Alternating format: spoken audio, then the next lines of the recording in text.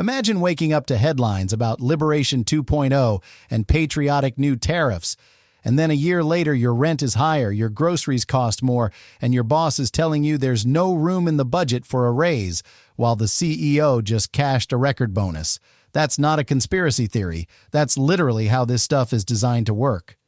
Welcome back to the comment section with Thomas Paul, where we read economic news the way it's actually written, for rich people, and then translate it into normal human language. So, these new Liberation 2.0 tariffs. The pitch is simple.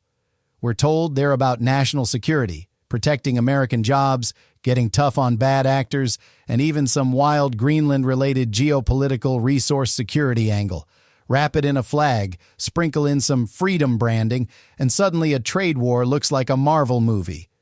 On YouTube, the dominant vibe around this is, cool, new catalyst, how do we trade this? Which stocks pump, which sectors moon? And that's useful up to a point.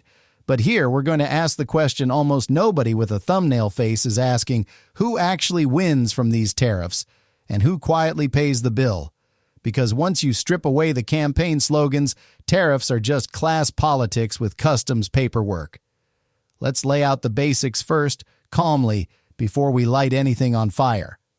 From what's been reported so far, Liberation 2.0 is a new round of tariffs targeting specific foreign goods and sectors.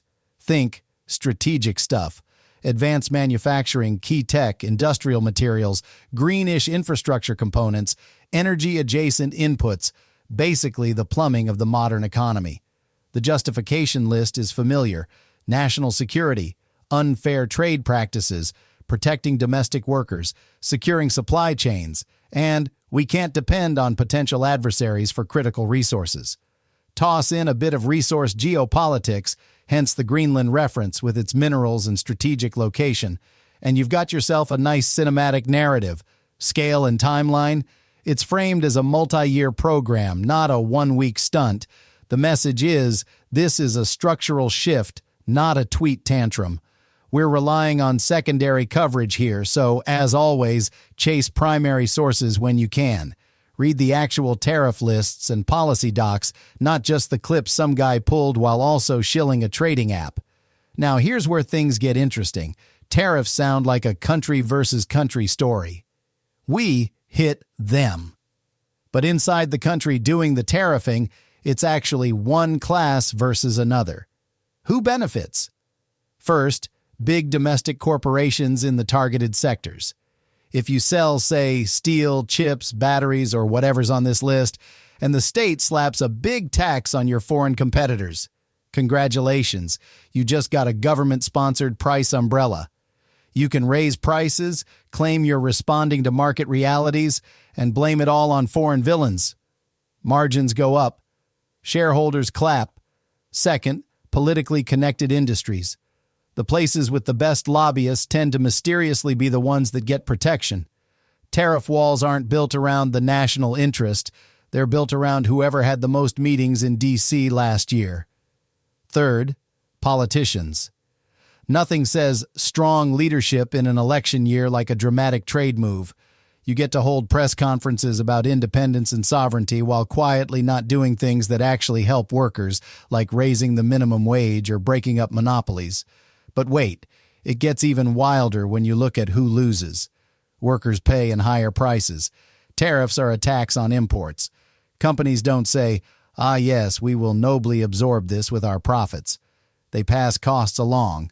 That means more expensive goods, sometimes directly, sometimes as hidden increases in everything that uses those inputs. And if you think your wages jump every time your living costs do, I have a financial advisor from my childhood you should never meet. Then you've got export workers. Trade isn't a one-way street. You slap tariffs on other people, they retaliate. That hits farmers, factory workers, port workers, logistics. People who had nothing to do with the original policy suddenly live in a tit-for-tat world where their livelihood is a bargaining chip. And beyond U.S. borders, people in the global south get hammered by disrupted supply chains and price spikes on essentials. Countries that didn't write the rules, don't control the system, and have the least buffer end up paying for games rich countries play with tariffs and sanctions. So no, Tariffs aren't a neutral economic tool. They're a class weapon wrapped in red, white, and blue packaging. Now let's talk about the retail investor YouTube angle because it matters. The coverage I've seen on this is basically, here's the new tariff news. Here's why it might be bullish for domestic industrials, bullish for certain energy plays, bearish for specific foreign exposed companies. There's plenty of discussion about market reaction, about how to position trades, maybe some patriot-flavored commentary about standing up to bad actors. What's mostly missing is, okay, but whose ox is actually getting gored here? The framing is investor first, worker last. Tariffs become a volatility event, not a material change to the life of someone making $18 an hour who now pays more for imported goods. I'm not saying don't think about your portfolio. I'm saying if every policy is reduced to, how can I trade this? You've basically accepted that your role in the story is to sit quietly while capital and the state play chess with your job, your rent, and your climate, then try to scalp a few basis points on the side. Finance influencer culture defaults to siding with capital because that's where the language, incentives, and sponsors are. It's, how will this affect earnings per share? Instead of, how many people will this push closer to the edge? Quick pause here, because speaking of automation and incentives, this video was actually created with Fludge.io, the same system that powers this entire channel.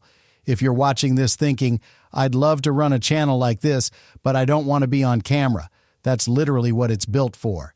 It researches topics, writes scripts, builds thumbnails, pairs everything with an AI avatar, and uploads to YouTube. You stay in control.